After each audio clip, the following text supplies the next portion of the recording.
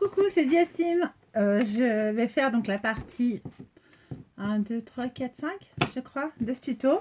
On devrait arriver à la fin de ce blouson quand même. C'est un tuto, c'est pas un fil rouge du Téléthon, on est d'accord. Évidemment, il faut que ça se termine. Donc, puis vous êtes en train a priori, et je vous en remercie, et de plus en plus nombreux, et je vous en remercie de courir avec moi. Aujourd'hui, c'est lunettes, j'ai trop mal aux yeux, j'en peux plus. Bon, vous avez bien compris que j'avais cousu un peu tard l'autre soir. Hier, Nona, la grand-mère, elle est venue avec son panettone, on a bu un coup. J'ai mal à la tête. Je vous la fais simple. Panettone, c'est un gâteau italien, c'est à tomber par terre. Bref. On avait cousu nos deux parties. Voilà où j'en étais. Enfin, j'étais en train de coudre la deux parties. Où est-ce qu'on en était? J'avais cousu ma deuxième partie, j'avais cousu son fil. C'est pas grave, je vous montre ce que ça donne. Ça, c'est le côté où j'ai géré l'embu. Presque pas de plis. Presque pas. Hein, voilà, on est d'accord. Et ça, c'est le côté où j'ai fait des fronces. On les voit. Alors, sur le côté ici, il n'y en a pas. On est sur l'épaule, là. D'accord? Ça, c'est l'avant du sweat. Du bombers, pardon. Sur l'épaule. Pardon, c'est décousu mon truc, hein. Je fais ce que je peux. Sur l'épaule, là, il y a des petits plis, mais c'est pas grave, vous pourrez quand même passer l'épaule. Et de ce côté-là, donc ça, c'est ce que j'ai cousu. Je tombe en rate de fil, je l'ai refait. Ok. Hop. Alors, je lis à tous vos messages, je réponds à tous. Comme vous avez vu, on m'avait dit quand est-ce que tu tournes la suite. La suite, là, c'est pour ça, elle est là. C'est là. La suite, elle est là. Alors, ce que je vais faire, je vais attaquer la dernière épaule. Je vous ai dit que j'ai une troisième solution. Et c'est ce que je vais vous montrer là maintenant. Pour comment je peux gérer, parce qu'au bout d'un moment, ça vous fait flipper a priori. Et je le comprends très bien. Comment je peux gérer mon embu quand vraiment, a priori, j'ai peur de faire la méthode de gestion d'embu. J'ai même un peu peur avec l'histoire des fronces. Je ne sais pas trop comment je vais me débrouiller. Alors, on va mettre devant soi. Je vais essayer d'être plus claire dans ce que j'explique. On va mettre devant soi. Je vais faire comme ça sur ma machine, peut-être. Vous allez voir mieux. Est-ce que je fais comme ça? Oui. Pourquoi pas? J'essaye, on verra. Hein, vous me direz. J'ai un cercle ici, vous voyez, j'ai une sorte de pont. Ce pont-là, c'est mon emmanchure. De ce côté-là de ma machine, c'est le dos, machin. L'autre côté, l'autre manche. Ok, qui est déjà monté. J'ai un peu essayé d'avancer quand même. Pour tout vous dire, je l'ai monté, mais après, je vais avoir des coudes parce que je n'ai pas pensé que j'étais tout monté en blanc et que vaut mieux que je sois en blanc pour vous, mais pour ma fille, il vaut peut-être mieux que je sois en noir. Voilà. C'est pas grave. Donc, ma tête de manche, on est toujours sur le même truc, avec un cran, et je salue Laurence, en haut, un cran sur le côté, un cran de l'autre côté. Là, je crois d'ailleurs que j'ai deux crans parce que c'est l'arrière. Voyez, quand je fais deux crans, on ne voit pas bien le deuxième, si on le voit. Je sais pas, je mets où? Là. Là. Vous voyez, quand je fais deux crans, on les voit les deux crans? Oui, ça fait un espèce de petit truc au milieu et ça fait un trou en W au lieu de faire un trou en U. Bon, en V. Au lieu de faire un V, ça fait un W. Pourquoi? Parce que j'ai fait deux petits traits avec mon ciseau. Puis vu que ça s'effiloche un peu, ben on voit bien le deuxième petit trait, mais ça commence à s'effilocher. Mais je sais que ça, c'est le double cran. D'accord? Je repère sur mon emmanchure. Un cran, deux crans. Je mets mon cran. Pardon, j'ai l'air de ne pas savoir où j'habite, mais si. Je mets ma manche. Donc, on a le pont là qui est l'emmanchure. J'ai le devant sur ma gauche. Comment vous aider pour ceux qui ont du mal avec la gauche et la droite? Je le dis parce que je sais que j'ai des gens de ma famille qui ont du mal avec la gauche et la droite. Ma belle-sœur a du mal avec la gauche et la droite. Comme ça. La gauche, c'est la main où vous avez une alliance si vous êtes marié. Et vous aimeriez en avoir une si vous n'y êtes pas. Ou vous aimeriez pas en avoir alors que vous êtes marié. Ou vous aimeriez en avoir une ou pas. Bref, c'est cette main-là. La main du côté du cœur. Du côté de la main, du côté du cœur. La main qui tourne à gauche quand je fais comme ça. Non, je rigole. Je sais que c'est pénible quand on a du mal à se diriger gauche-droite. Donc, du côté de la main, j'ai mon cœur, j'ai l'avant. Et du côté de l'autre main, donc du côté droit, j'ai l'arrière. Et je prends ma manche face à moi. Et en fait, quand je prends cette manche-là face à moi, donc moi, je suis en train d'installer la manche gauche. Est-ce que je suis en train d'installer ma manche gauche? Je vais la mettre comme ça, moi. Oui, je suis en train d'installer ma manche gauche. Oh, oui, je suis en train d'installer ma manche gauche. Donc, de mon côté gauche de ma machine, de mon pont avant, de l'autre côté arrière. Ok. Je vais mettre ma manche. Vous les voyez, mes ananas?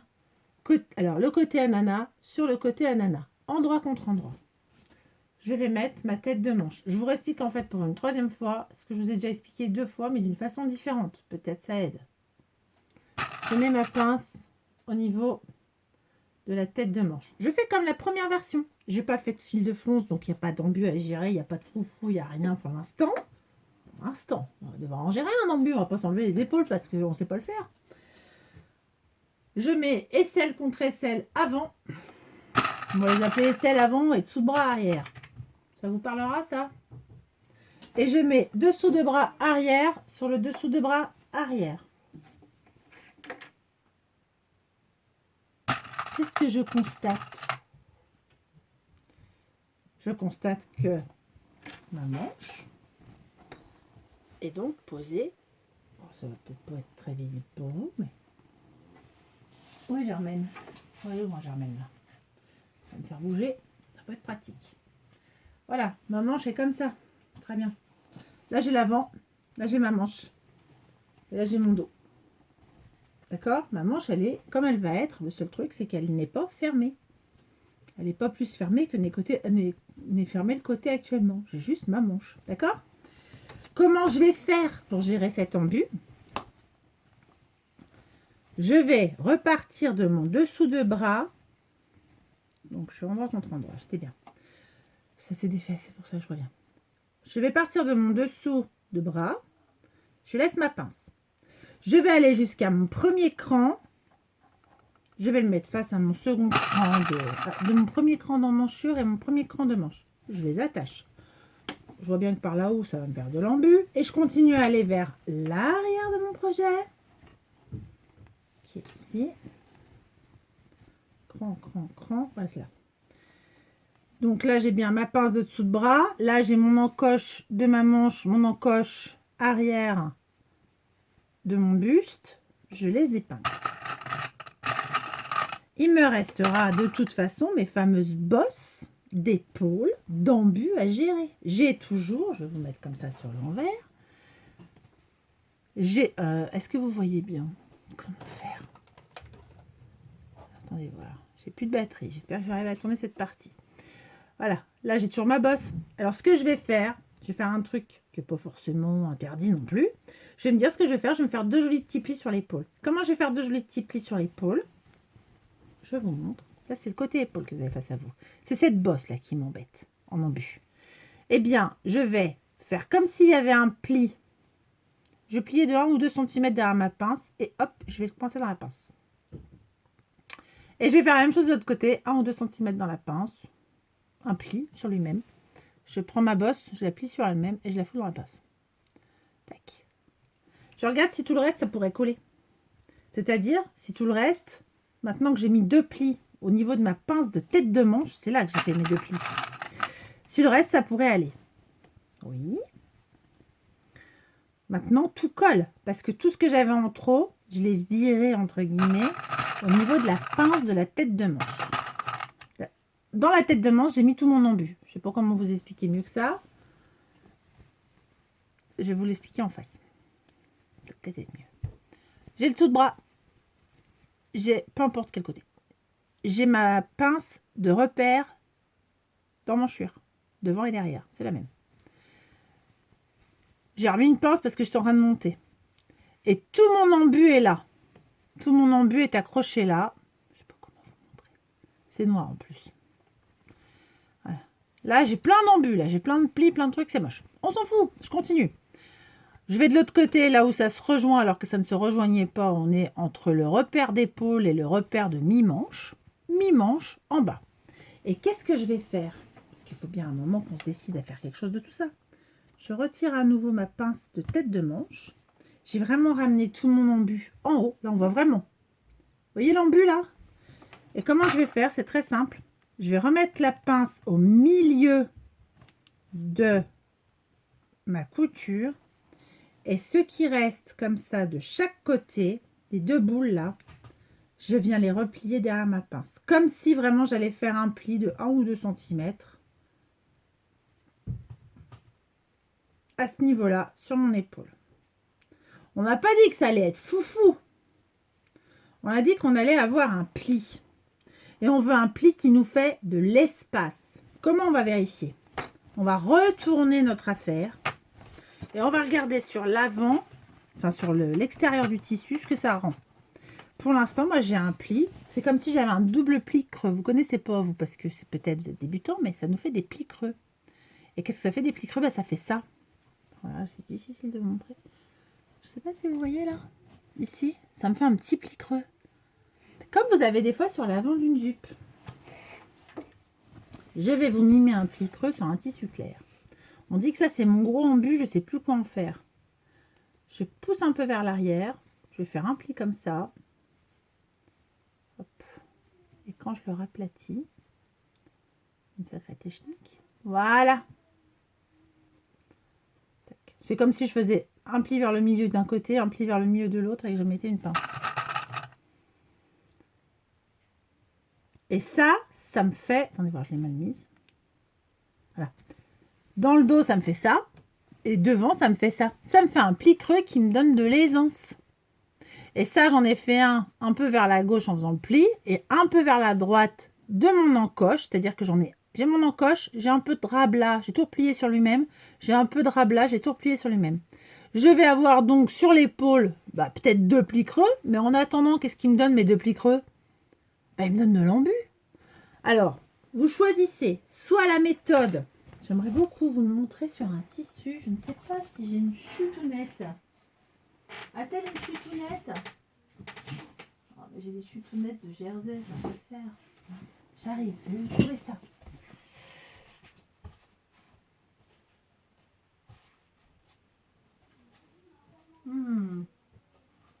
Voilà. Je vais vous le faire là-dessus. C'est un tissu qui est voué à être un mouchoir. Voilà, il est juste pas ourlé. Il est juste lavé. Je dois l'ourler là, dans l'atelier. Je l'ai mis à côté de ma surjeteuse, doit être ourlé. Je vais avoir un mouchoir avec un embu. Qu'à ça tienne, on s'en fout. Voilà. Alors, je prends le bord. Je vais faire un pli. Je vais faire même au milieu. Je fais comme si ça, c'était l'embu. Ça, c'est mon haut d'épaule, d'accord? Je vais faire un pli, comme ça, en poussant mon tissu. Hop, vers l'intérieur, qui se dirigera ici vers l'encoche que j'ai. Et je vais faire un autre pli comme ça, vers l'intérieur, qui se dirigera vers l'encoche que j'ai. Admettons que je fasse ça et que je le couse à 1 centimètre. Je vais bien créer ça.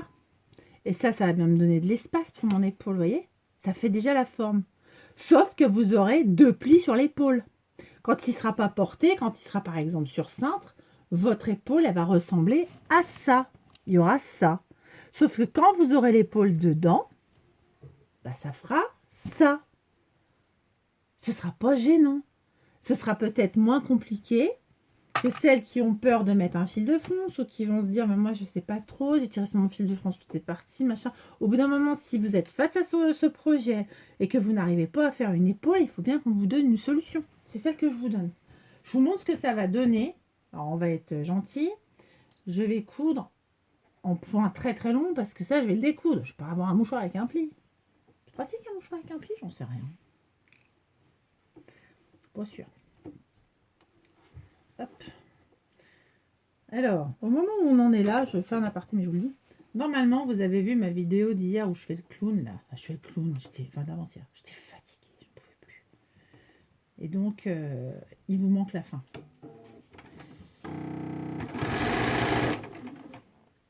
C'est juste pour vous montrer, d'accord. Mais c'est pas la manche de mon futur bomber, ça n'est pas un petit moment à prairie non plus. Quoique, est-ce que ce serait ridicule un bomber Vichy et fleurs comme ça? Même pas. Vous voyez ce que ça fait? Est-ce que vous voyez, je me mets plus près, pardon, je vous montre ça sur un tissu non repassé, on a bien compris que c'est un tissu qui était dans mon atelier pour en stand-by. Regardez ça. Une fois que j'aurai passé ma couture, je ne sais pas si vous voyez bien. Vous verrez. Voilà. Vous voyez ce pli? Vous le voyez bien là. Il va s'ouvrir avec le volume de votre épaule. Si vous ne trouvez pas ça chouette dans ce sens-là, ça peut arriver. Puis ça, vous le faites juste avant de mettre votre épaule, avant de la monter, par exemple, si jamais ça vous-même vous arrange. Si vous ne trouvez pas ça joli dans ce sens-là, faites-le dans l'autre sens. C'est-à-dire, au lieu de mettre les plis comme ça, donc au lieu de faire je me dirige vers le milieu, on remet sur l'envers. Et je me dirige vers le milieu, au lieu de faire votre pli comme ça, vous le faites dans l'autre sens. Au lieu de venir vers le milieu comme ça, vous venez vers le milieu comme ça. Donc, au lieu de venir vers le milieu comme ça, tac, vous venez vers le milieu en creux. Je viens d'abord par là et je repars. Ce qui fait que vers l'avant, ça vous fera un pli plat. Ça s'appelle un pli rond. Et vous aurez quand même vos fronces pour pouvoir passer votre manche. Sauf que le dessus sera plat, les deux petits creux seront devant et dos de l'épaule, si vous préférez dans ce sens-là. Je vous fais même pas la démonstration, je vous dis juste que de l'autre côté, ça va rendre ça. J'ai pas besoin de recoudre. Ça dépend de quel côté vous le faites. Tentez sur un bout de chute. Soit vous préférez avoir cet effet-là, avec la fente de la tête de manche ici, vraiment au milieu. Et vous me fichez tout l'embu ici. Comment je sais que j'ai tout l'embu? C'est parce que là, j'ai ma pince avec ma fente de devant. Et là, j'ai ma pince avec la fente de derrière. Et j'ai tout l'embu qui est là, au bon endroit. Alors, soit vous me faites ça, soit vous me faites ça.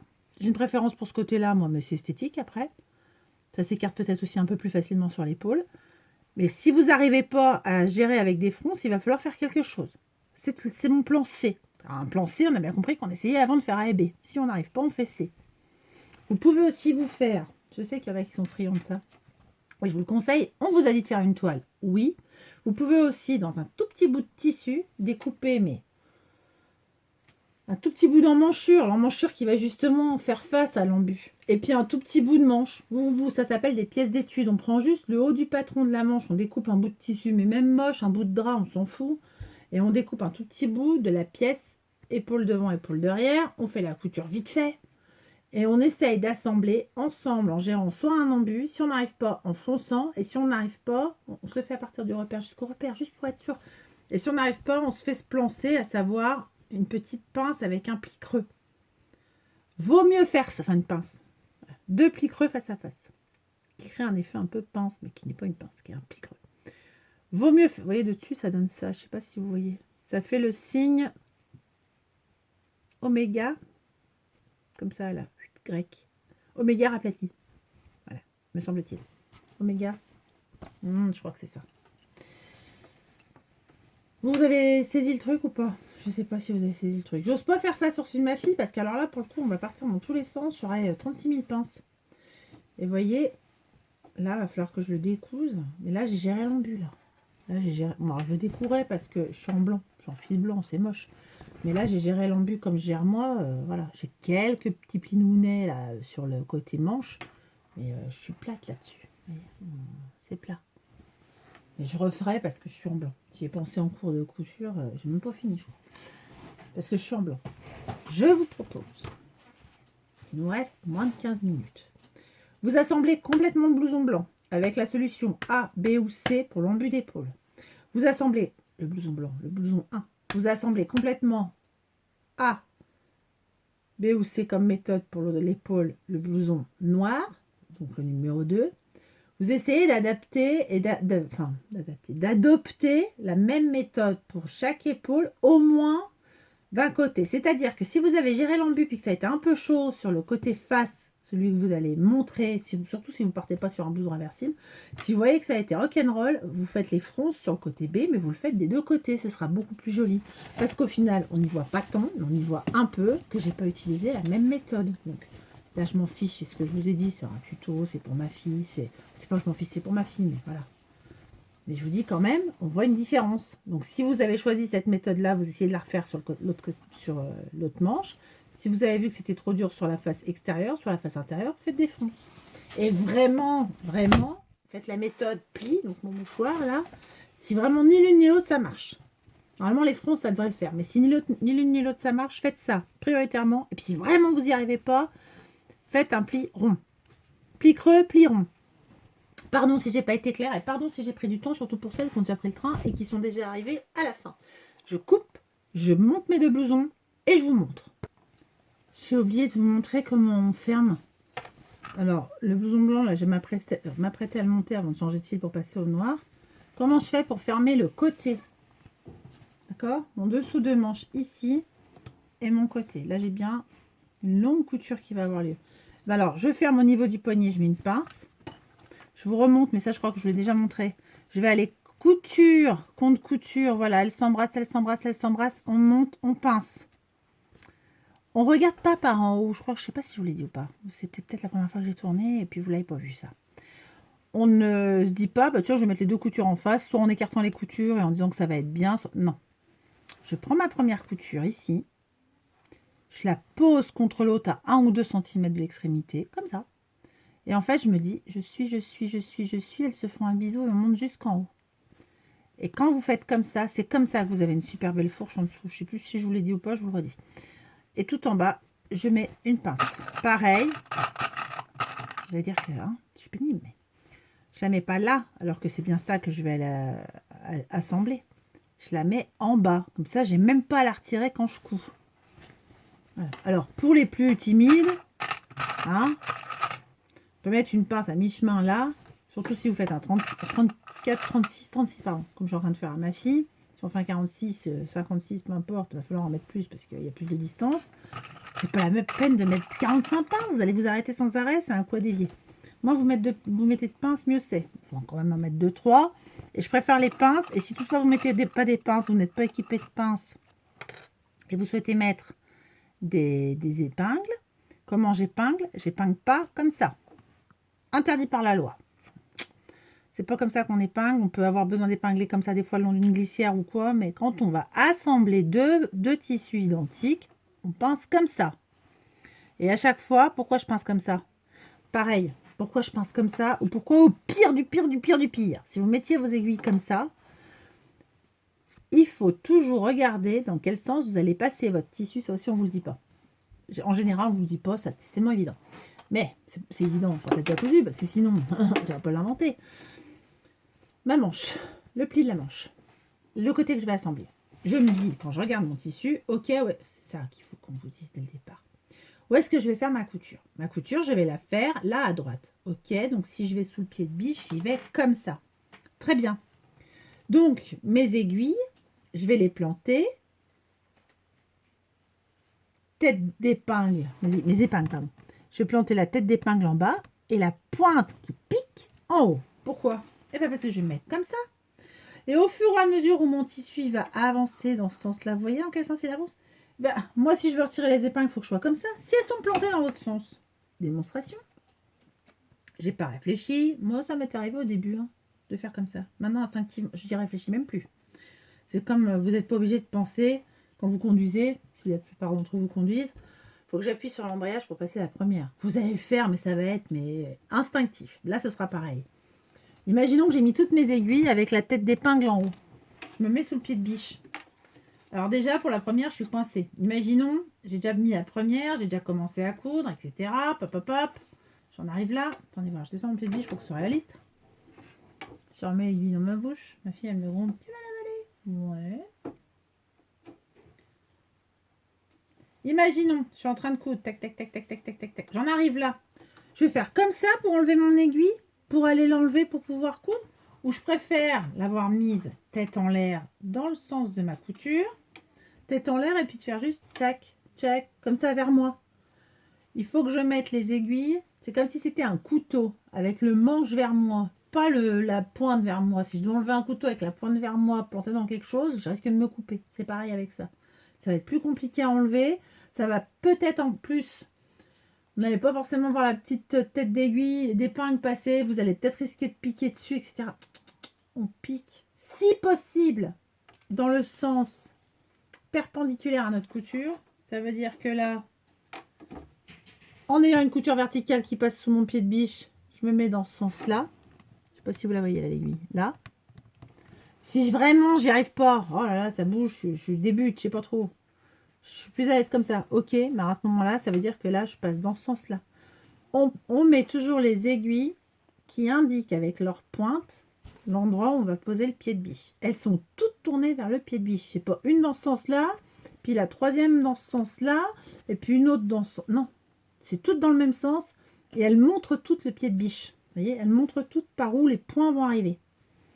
Je vais aller comme ça, je vais avancer comme ça, donc j'ai toutes mes aiguilles, et elles me montrent. Si je suis ici, vous voyez, la pointe de mon aiguille, comme une boussole, me montre où est mon pied de biche. Ben, c'est comme ça qu'on fait. Voilà. Donc voilà comment on assemble. On assemble en mettant soit des pinces, soit des aiguilles. Quand vous mettez des pinces, on a pas de questions à vous poser. Moi j'aime même bien en haut de la manche la mettre ici. Pourquoi? Parce que là je vais... Pourquoi je vous dis tout le temps décaler? Pourquoi je la mets pas là, moi? Pourquoi je la mets là?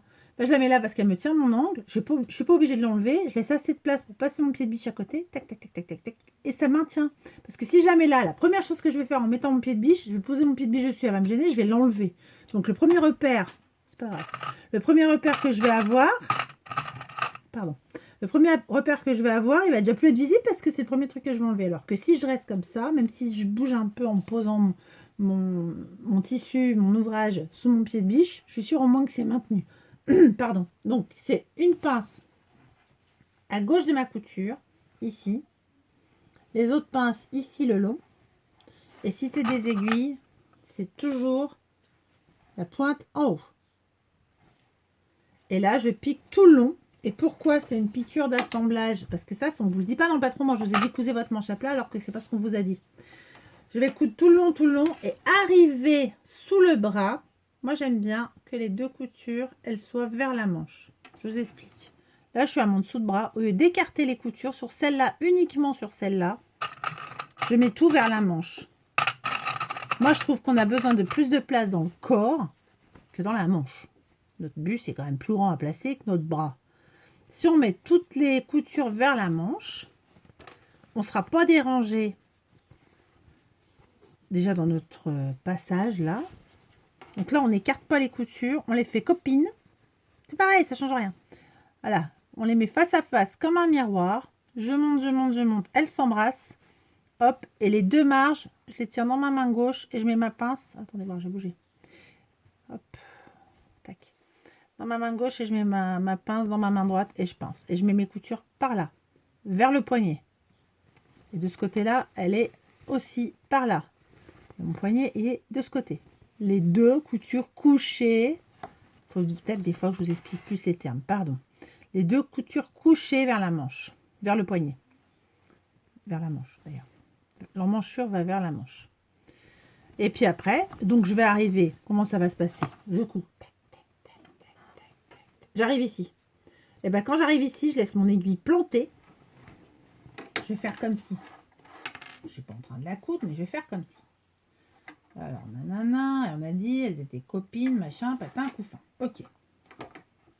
Elles sont toutes les deux copines. Et j'arrive ici, machin, je vais planter mon aiguille. Je vais soulever mon pied de biche. Parce que là, pour l'instant, j'étais droit dans le sens de la manche. Mais maintenant, il va falloir que je tourne. Mon corps, il est là. Il n'est pas... je ne vais pas faire comme ça. Ça ne va pas être très confort.